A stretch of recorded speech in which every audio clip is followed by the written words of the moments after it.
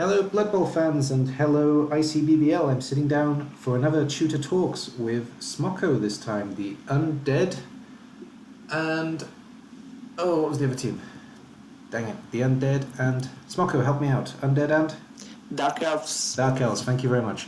So Undead and Dark Elves, that's what we're talking about here. Hello Smocco, how are you? Hello. Yeah, I'm fine. Thank you. You? I'm good. Sorry, that was a bad start, but we're going, that's fine. Do you want to introduce yourself a little bit?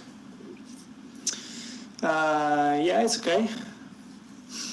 I'm Smocco, or J10S. I've been playing with you guys at ICBBL since season 3, if I well remember. And I'm really much enjoying my stay. So, yeah, pretty happy about that. You joined in season 3, you say? I joined at season 3, yeah. Oh, we joined at the same time then. That's interesting. We've been here. Yeah. Okay. Yeah, that's kind of strange. And I think it was the last season without playoff for Steel League, yeah, if I well remember. Yes, I remember. It was a bit weird actually. I'm glad we fixed that Yeah. in season 4. Okay, and how long have you been playing the game? Do you remember? Well, I started playing quite a lot after Blood Bowl 2 went out. But actually, I started with Blood Bowl 1. I bought a Legendary Edition during some Steam sales back maybe 5 years ago, but I haven't played much at that time. Okay. Is that how you originally got into Blood Bowl, or did you play the tabletop first? Yeah, it was.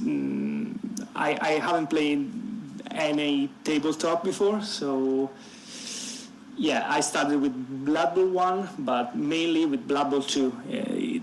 That new game really got me into. Okay, I see. And I'd like to ask this question when Blood Bowl 1 players are here. Did you enjoy the first Blood Bowl? I thought that the interface was really bad. Yeah, me too. And actually, when I realized that I had to read 60 pages of rule book for being able to play, that really drove me off. Yeah, sure. But then it happened. I found this YouTube streaming, YouTube online league made by Crandor and Total Biscuit and other streamers, let's say. And that was really fun to see. Okay, so you were watching, you weren't participating in that? No, I was watching, of course. That's actually quite funny. That's the way that I found the game as well. I found it through watching WoW Crandor, so that's kind of strange. But interesting. Okay, so moving on then. You're normally playing Dark Elves and Undead. You're playing rats behind us, I know, but you're normally playing Dark Elves and Undead. If we talk a little bit about both, that would be great. What do you think is the basic strategy when you're playing a Dark Elf team? Well, the Dark Elf team probably is the best example of dash team. Means a team that relies on dodging for repositioning their player. So you can basically do that with a team with a big group of agility 4 players that hopefully have access to agility upgrade. And Dark Elf are really good because they have armor 8, they can start with 4 blitzers. And I think they are really good for a rookie who wants to learn how to run the ball and dash, yeah.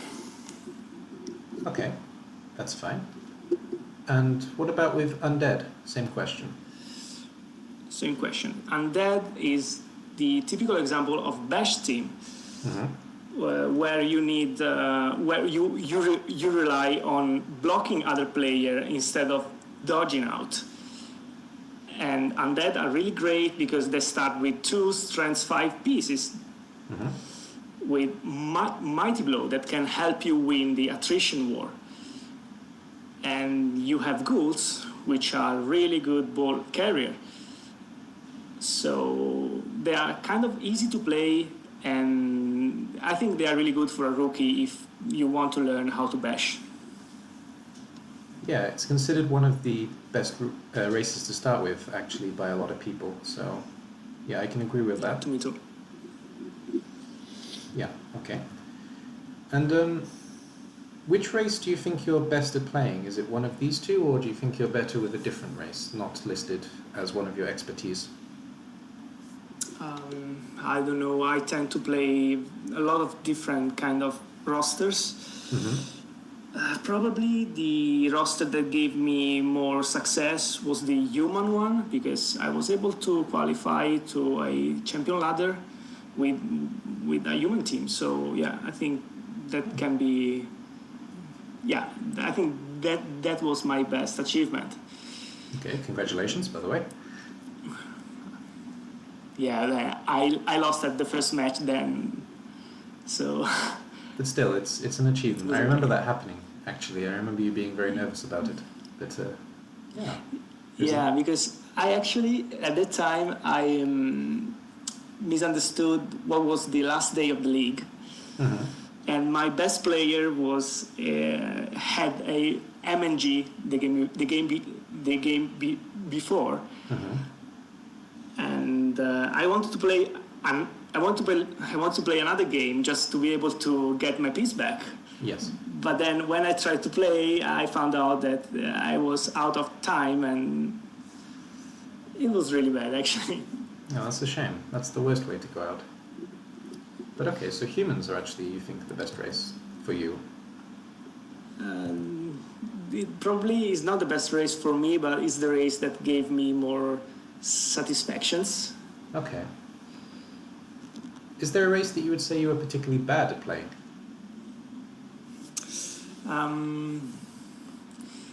Actually, I have mixed feelings about Lizardmen. Okay. They are kind of strange, and I think it's one of those races you have to be you have to play some game with it before you can get the grasp of their play style. And I haven't played much, so I think probably with Lizardmen I'm not so good. Yeah, I'd agree. Lizardmen have quite a big learning curve. I would definitely agree with that.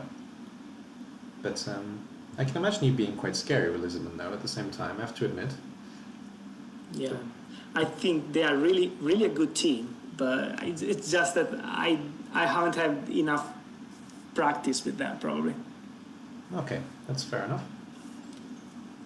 Okay, and when we're talking about, let's start with Dark Elves. Who do you think is the best piece, or who do you think are the most important pieces in the Dark Elf roster? I don't know, really, it's between the Witch Elf and Blitzers, actually. Okay. Because they are the stable pieces of a good Dark Elf roster. They are only one skill away to getting the Blodge combination, which is really important for any Dash team. And I usually start with 3 Blitzers and 1 Witch in my starting roster, but I could see that you could even start with 4 Blitzer and no Witch as well. I mean, I don't think there is a really correct way to start a team with Dark Elves, but the core, the top 4 or 5 positional you have for sure are Blitzers and Witch Elves. Yeah, I'd agree with that, definitely. Do you think there is a weak link in the Dark Elf team? Probably they don't have a movement 8 piece, which is kind of annoying if you want to one turn. Yeah, that's true. So basically when I skill up a Blitzer or the Witch with a plus movement, I'm really happy. Okay. I was asking more though if there's a piece in the actual roster that you think is not necessary or that you think is weak in the Dark Elf roster.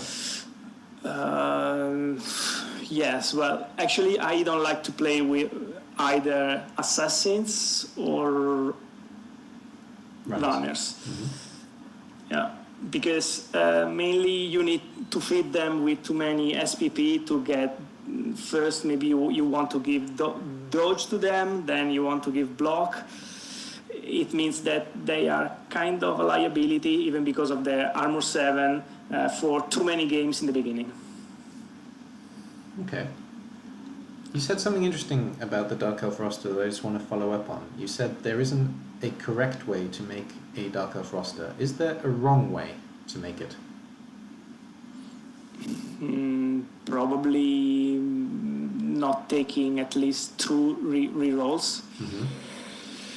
If you start with 1 or 0, I don't think you have enough built-in reroll to be able to play it, actually.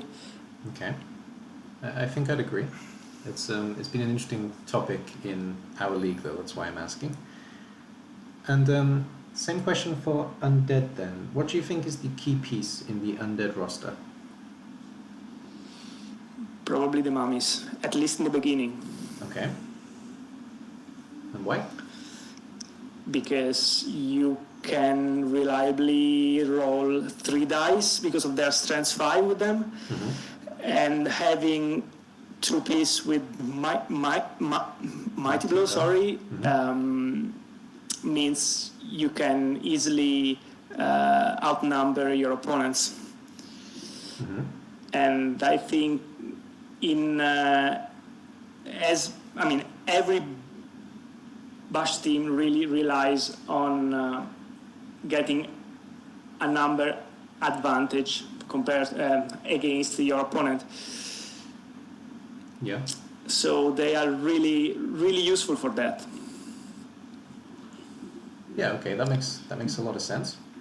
And in the Undead team, do you think there's a piece that is unnecessary or that is a weak link? I don't like skeletons very much. Oh no. Sorry about that, but I think the zombies are better lino than skeletons. Yeah, they are. It's true. Well, it depends what you use them for. Yeah, I kind of agree. I mean, I can make use of a skeleton for falling, for example. Having 1+ movement compared to zombies, it's not bad. Yeah, but the armor value is a weakness, I agree. Yeah, sometimes, yes, it is. Yeah, okay, that's fine, that makes perfect sense. Okay, and when talking about the pieces then in general, let's start with Dark Elves again. I'm going to keep confusing you by switching between the two, sorry. But what are some essential level ups for Dark Elf pieces, do you think? So, as I said before, I'd like to have the biggest number of blodgers as soon as possible. So I want to skill up my Witch Elf, I want to skill up my Blitzer to get more dodge as fast as possible. Then, having said that, the first double on a Blitzer probably will be a Mighty Blow, or even on a Witch Elf. I like to have a Mighty Blow there. That makes a lot of sense.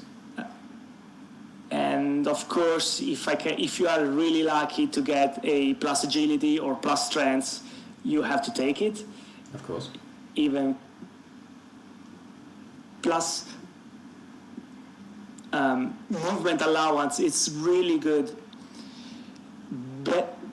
Basically because it opens an easier way to score one turn.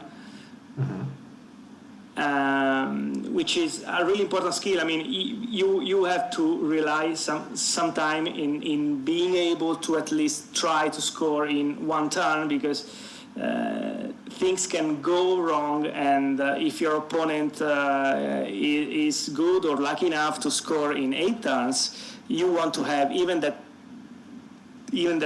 tiny chance to score the equalizer in only one turn. Sure, that makes perfect sense.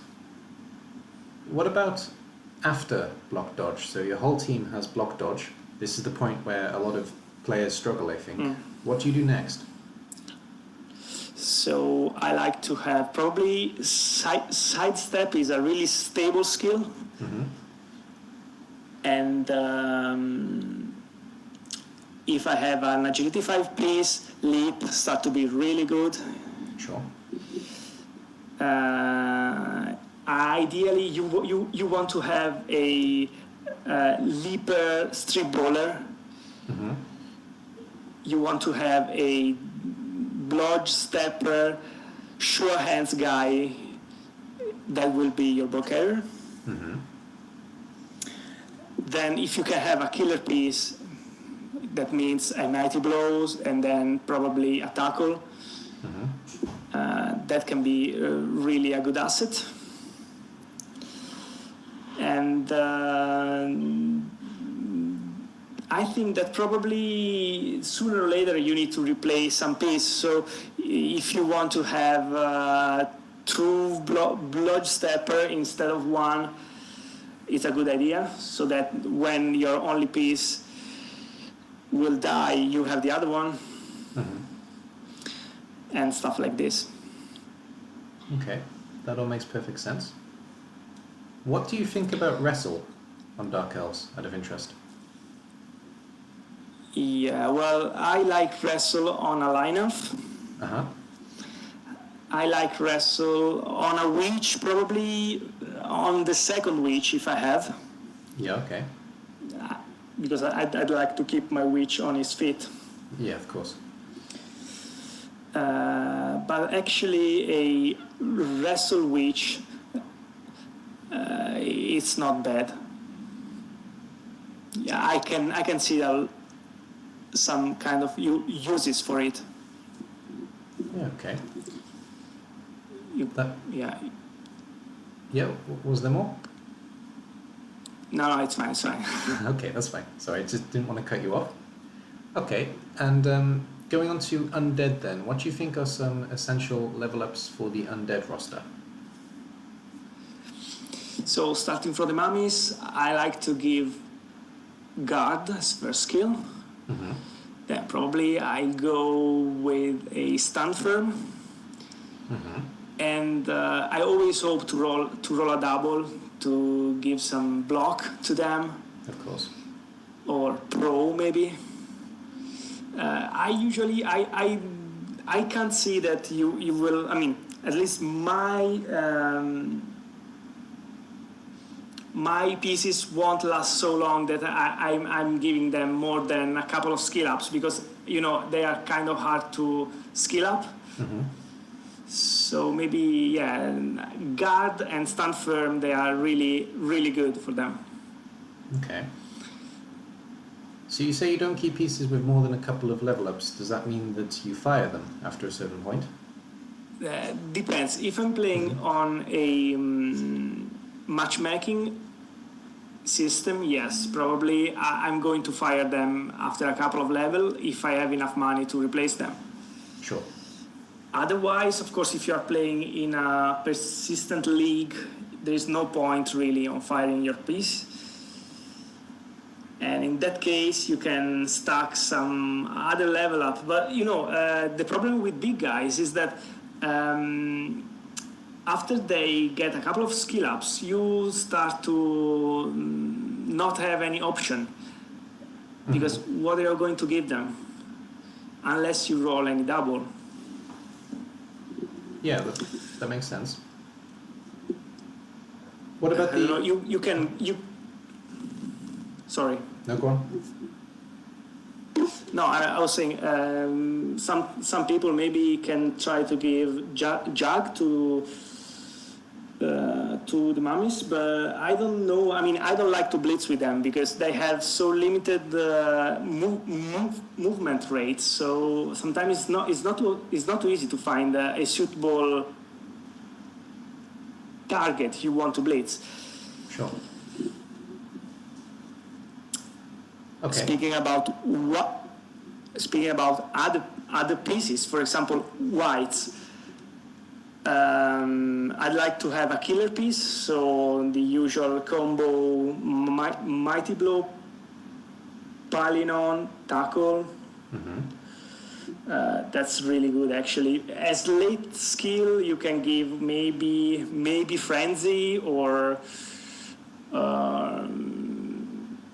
even Pro can be nice. Sure. The other white usually will be a guard piece, so guard stand firm. If you roll a double, maybe dodge. Okay. Then you can still give some usual skill like tackle or another mighty blow, because you want to have as many mighty blow as you can have actually. Yeah, sure. I'd agree with that. And about goals, you want to have a blodger, sidestepper with sure hands, and some blodger or maybe even wrestle is really good with them.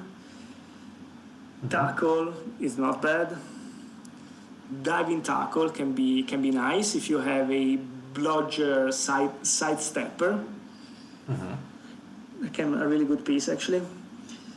But ghoul, they have the bad habit to die.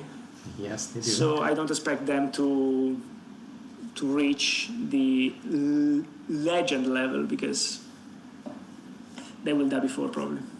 Yeah, sure. It's actually why I don't like ghouls, but yeah, that's fine. Yeah, they are not so how to say that in English. They are not so resilient like other pieces, but the movement 7 on your ball carrier, it's really good.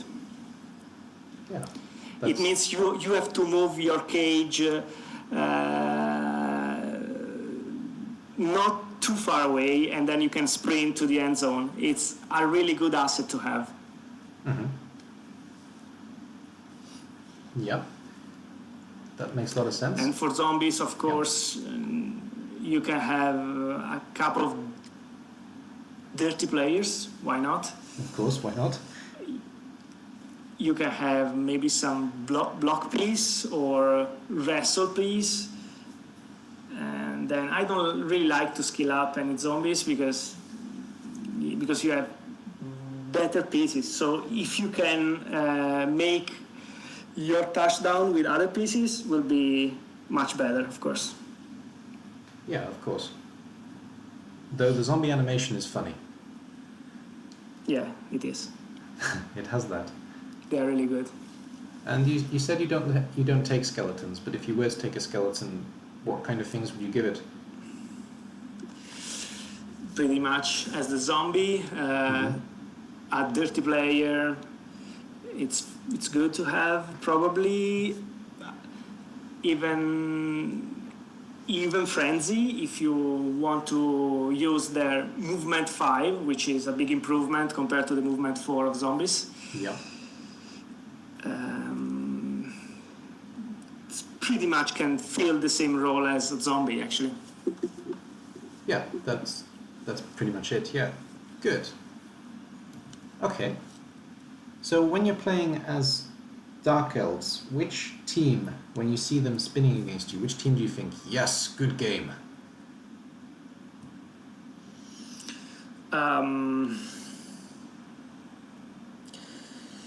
Maybe some slow bash team like orcs, for example, if they don't have enough tackle.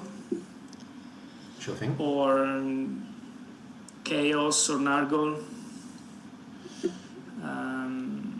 Yeah. So slow bash teams. Does that include dwarves? Of course. Or dwarves and opposite? Yeah, I was going to say that there is only one exception, at least two exceptions. Dwarfs and dwarfs. Yeah, they are kind of bad against. I mean, if you don't have any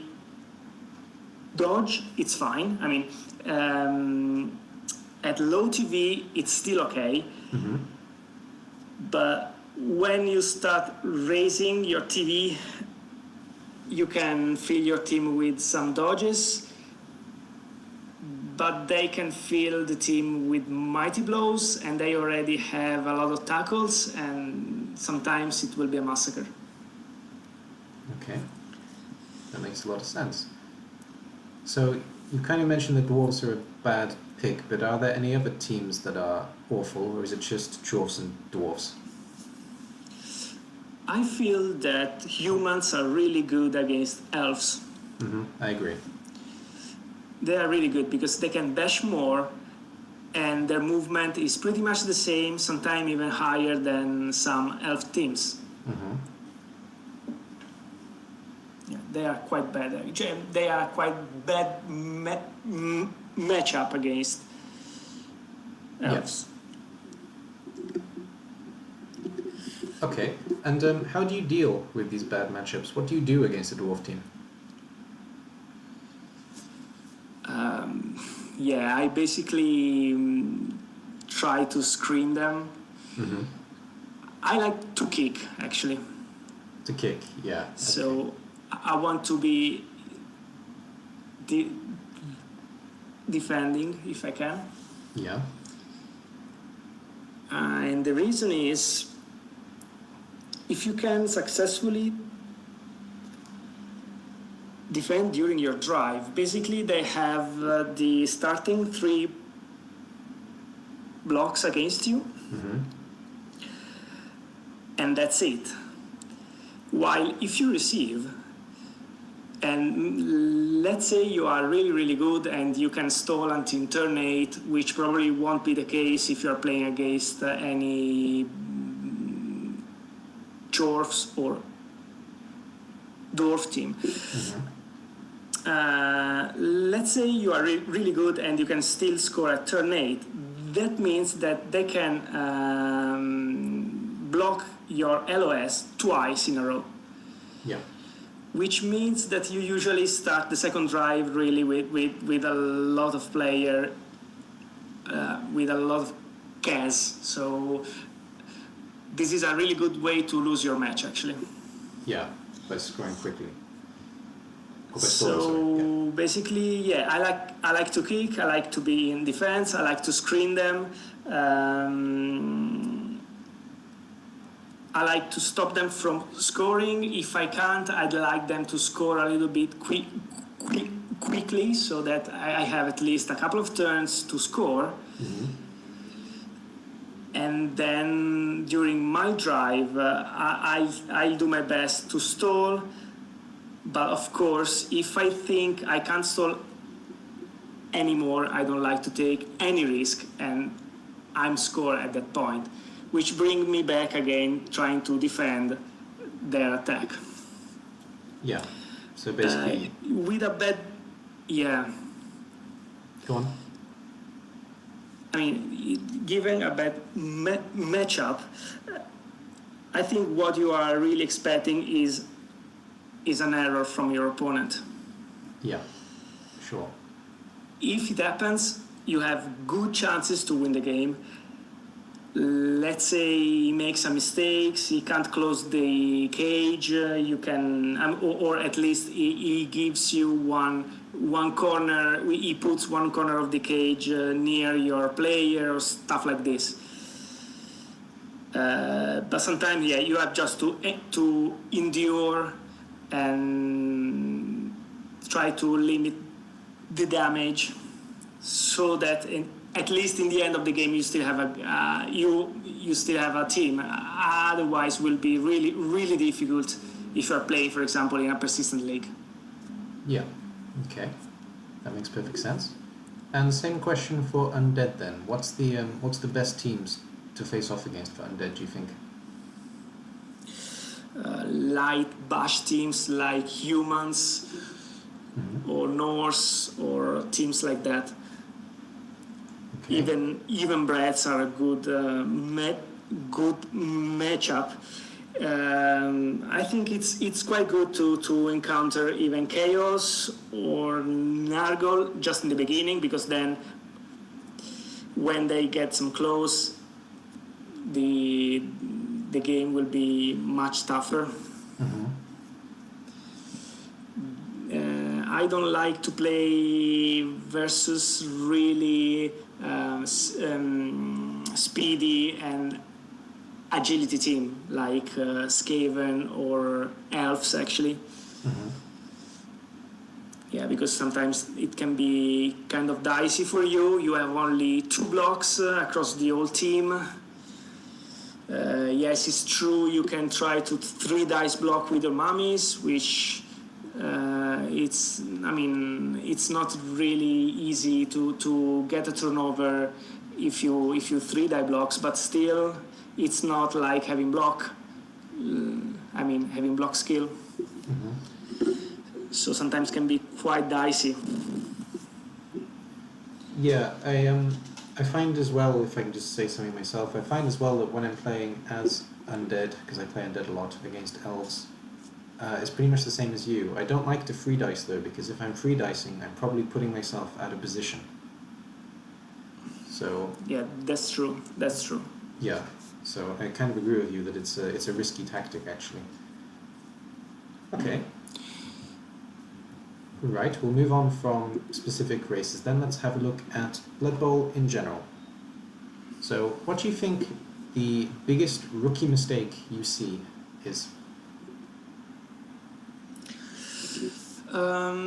Probably taking action and in the wrong order.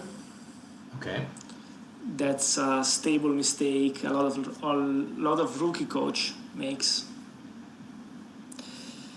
You should always start with safe action first, and then rolling the less risky action as possible until you end your turn, of course.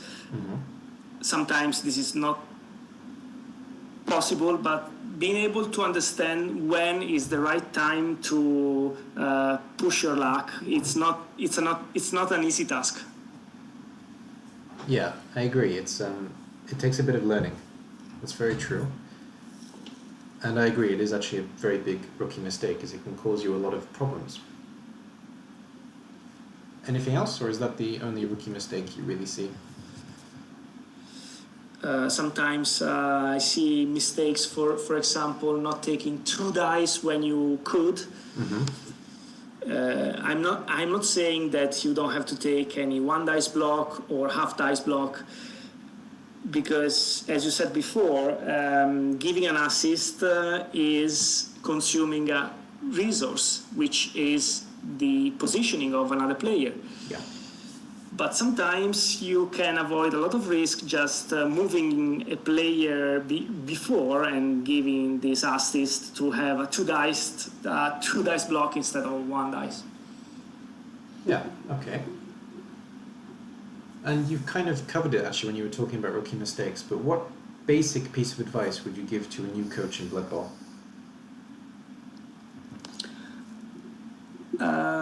Basic advice, let's say, one thing that it's easy to forget is that if you mark a player, if you mark an opponent player, in the opponent turn, that player can go down. Yeah. So basically, if you screen making a lot of these kind of markings, it's not a really safe screen. So before you end your turn, you should check which player are in contact with other players, and you should not really rely on that position. So I found out that if I think in this way, it's really easy for me to set up a screen that can hold better. Yeah, I agree actually. Okay, that's fine. Good advice actually. That's very good advice for a new coach. It's something that people always struggle with at the start. So I think that's the best answer I've heard for basic advice actually. So thank you. And You're welcome. last main question before I ask you the very last question. So last but one question actually. What do you think makes a coach a great coach as opposed to a good coach? Probably the consistency. Because you see, the game is let's say that the luck in Blood Bowl is really important. Yeah. But across a streak of game, if you can consistently if you can have good result, if you are always in the playoff, if you are winning more game than you lose, I think that's a really good way to tell you are a good coach. Yeah, I'd agree with that, definitely. So consistency makes a great coach. To me, yes.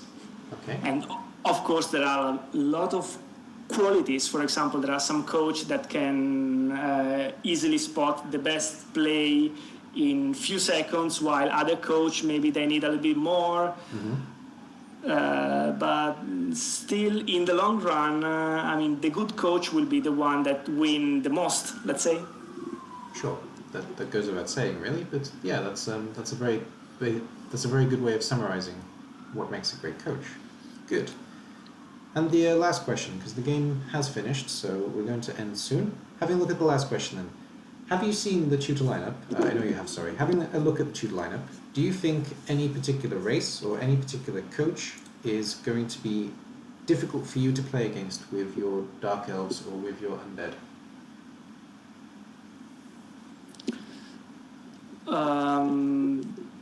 As I said before, probably the Lizardman. It's one of my. Oh no, sorry, I didn't got the question. Sorry, sir. So no. It was my problem. Okay. So according to the lineup, do we have a dwarf? Me tutor? potentially. All right. So probably I think I will struggle against dwarfs or standard dwarf, let's say. Mm-hmm. Yeah. Having a look at the coaches, though, have you played most of the coaches, if not all of them? Probably, yeah. I've played most of them, if not all. Okay. And are there any names there that scare you a little bit? Well, every coach there are really good because they have a lot of experience and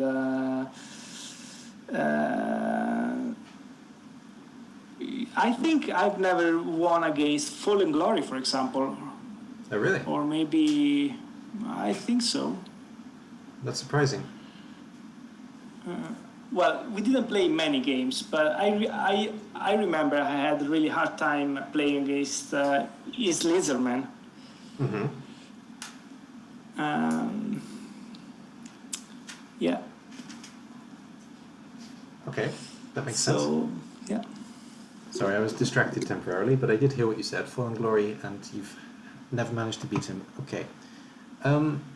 Yeah, that's all for this one then. Thank you, Smocco, for taking the time. If I can keep you here for a second at the end just to talk to you off screen, but I am going to end the video now. Do you want to say goodbye? Goodbye, folks. Have a good time here. I hope you will enjoy as much as I did. Okay, that's great.